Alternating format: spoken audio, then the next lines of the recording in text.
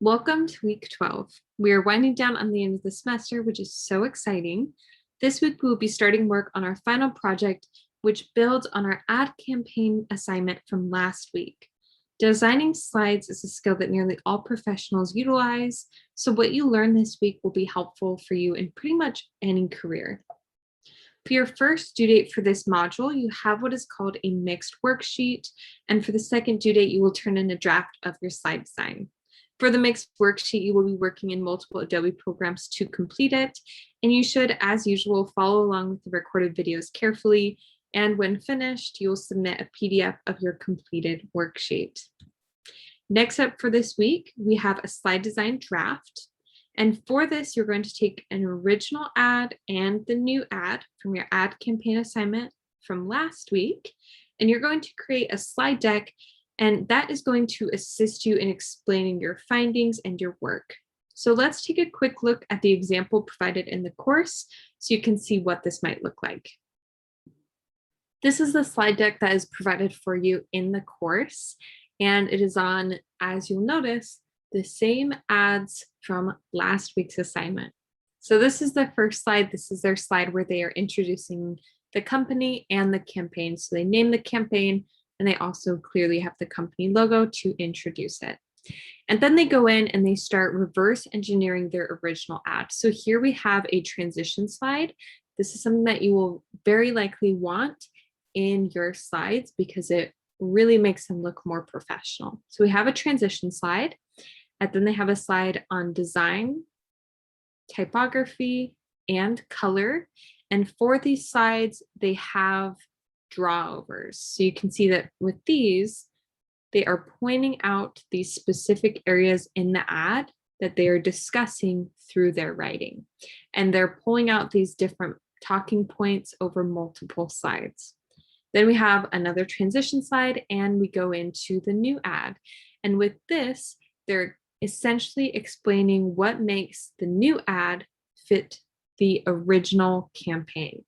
And they did this over 2 slides. Again, you can see we have little drawovers pointing out exactly what they're talking about. We also have headings as well as a line of body copy below each of those headings.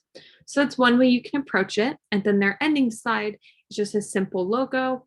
That way, when they're actually presenting the slide deck, they have a really nice place where they can stop, take a break, and close everything up really nicely. So that is the example that is provided to you in the course. I also provided you some student examples, which we will go over in just a minute. All right, now let's talk through the project requirements. So for this, you'll notice that this fits exactly with the example we just looked at. You need to have 6 or more consistently designed slides. You are going to use InDesign for the layout of the slides. And for the ads, you'll be pulling them from either Photoshop or Illustrator, depending on where you created your ad last week. Most students, I find, end up with about 8 to 10 slides, but 6 is your minimum. So you are going to reverse engineer the original ad just like you did in the blog post from week 11's module. You're specifically going to pull out specific talking points over multiple slides, touching on design, color, and typography. And usually students devote 1 slide to each of those. So they will have a slide for the original ad's design, a slide for the original ad's color, and a slide for the original ad's typography. Next up, you're going to have at least 1 slide pointing out what makes your new ad fit the campaign. Again, very similar to what you did in your blog post. Most students do 2 to 3 slides. If they do 3 slides, then often what they'll do is they will have a slide for their own ad on design, color, and typography, really following closely with the original reverse engineer slides. You also have a specific size, 10 inches by 7.5 inches. This is what you will set up your InDesign document to be. Each slide should have 1 main idea. So for example, 1 slide is going to be on the color of the original ad. And of course, within each of those points or ideas, you will have smaller points that you will be discussing. You also need to have at least one slide introducing the company and the campaign, like we just saw with their first slide on the example. And in general, it's best to avoid bullet points, just because it's not seen as the most professional way to design slides nowadays. All right, and as I said, I do have some student examples I wanted to show you. All of these are linked in the announcement, so please reference them. You can go back to them, you can look through them very thoroughly, but we're going to go through them pretty quickly. When you follow the link to my student examples, you'll see that there's some different student examples in a Google Drive, and we're going to touch on these four pretty quickly. So this one was on a Nike Find Your Greatness ad campaign. So for this, of course, their first slide, they introduced both the campaign and the company as well. This is more writing than I typically would advise, but overall the slide design is good, so I did want to show it off to you. This is their transition slide, and they stick with that same style for their next transition slide as well. And then you can see that they point out the typography, the color, and the design for the original. They also have the drawovers, the headings, and the body copy as well. Overall, for the typography, this is pretty similar to the example, but it is still very nicely done. And then this, of course, is their new ad. So again, they're mimicking the same design in their transition slides, and they're pulling through the same design elements in their new ad as well. So you have the two slides about their new ad. And then for their final slide, they just ended it with a large photo of the new ad. And that way they have a place to wrap things up when they're presenting. Here we have an example from a student who did a vector-based ad, and she did this on a McDonald's ad campaign. So again, she has a slide introducing the campaign and the company. Then she has a transition slide saying, hey, now we're going to take a look at the original ad. She has the original ad on the right and her talking points on the left. You can see that she does not have a lot of writing here, and you don't need a lot of writing. When she was actually presenting this, which you will also be doing, you will be presenting this in a video, then she could really expand upon these points, but keeping it simple allowed for her design to look really professional. And you'll see, similarly to the other one, she also has drawovers. For her, she chose to use arrows, so just a slightly different approach to it. And then we have the new ad, again, transition slide and a color shift as well, which I think was a really great way to divide up her presentation. We see we have a contrast in her typography. She also matched the typography on her slides to the typography in the ads, which I think was a great touch. And again, keeping pretty consistent with the previous slides. She only chose to do one slide on the consistency, but again, when she was discussing it and presenting it, she really could add a lot of detail into these different talking points that she outlines. And then for the closing slide, she's a very strong close, this bright red color that ties in the brand. And again, told her, hey, when I get to this slide, that's when I got to wrap things up. All right, and for the third one, we have a Delta ad that was created. And just like the others, first slide introduced the company and the campaign. Then we have a transition slide. And what I really love about this slide deck is how consistent they are. They use the same colors throughout, and those colors tie back into the ad. They also have these red lines that tie back into the Delta logo.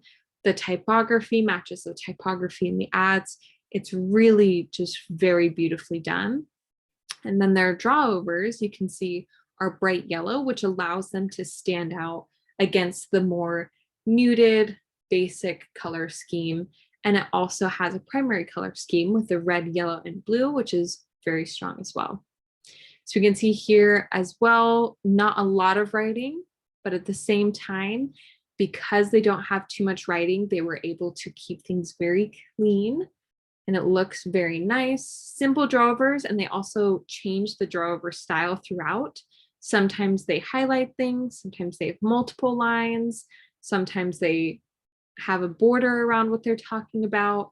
And overall, they pulled all of these different drawover styles together really nicely.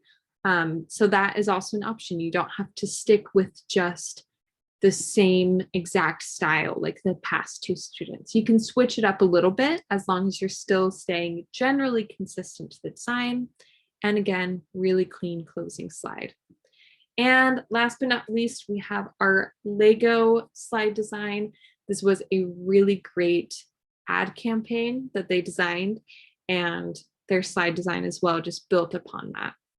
So we can see they're introducing a really great contrast in their typography, again, tying back that typography to the original ad campaign, which is wonderful. They are using a little text box here on this introduction slide, but it has plenty of white space around it. Their transition slides are absolutely beautiful, and I love that they used this gradient. You can see it's a little lighter in the center, it gets darker at the edges, which ties in with the ad design from the campaign that they pulled from. And then here on their drawover slides, where they're discussing these specific talking points, the student does have a lot more writing, which typically I would mark down for, just because you don't want viewers to be reading off your slides, you want them to be listening to you. So overall, it would have been best to limit some of this writing, but it still is a great way to show the contrast in the typography, as well as really clean drawovers, very professional as well. We can see that was their reverse engineer slides. Then we have another transition slide, and they go into the new ad.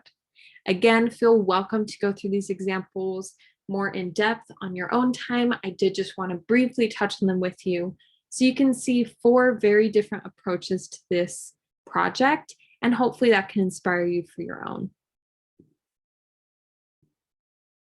And finally, I just want to share some general tips with you for this project. So for good design, here are some general guidelines that tend to lead to more professional looking slides. So keep the slides clean and professional. And along with that, one thing that really helps is limiting the amount of text on slides as much as possible. We just talked about that with these student examples. Typically, you don't want to write in full sentences. You usually want to limit your slides to 2 sentences or 2 lines of body copy. Again, you want people to listen to you. You don't want them to get distracted by having too much text on the slide. Also, remember the basics of design. This project has a lot of different elements going on, and you need to go back to the basics. Think about contrast, think about repetition, alignment. All of those different basic principles of design really come into play with this project. And don't just recreate the example provided. Do not mimic all of the same design elements and layouts from the example. Be unique, be original, or you will lose points. And when exporting, I can't stress this enough, do not include any guides or printers or bleed marks. Have it clean. You are presenting this virtually and digitally. You do not need to have printers marks. All right, and as you submit your draft, of course, double check the project minimum expectations. Make sure you've completed all sections of part 1 of the project report. Export both your project report and your slides as PDFs. With that, be sure you do keep the INDD or the InDesign file of your slides, because as usual, you will be refining them next week. You're going to submit both PDFs to the assignment page, and of course, post your slide design to VoiceThread for peer feedback. With that, as always, please feel welcome to email me or message me in Canvas with any questions you have. This is your final project, so I really want you to feel confident and end it on a strong note. And I'm here to help you do that however I can. Keep up the great work.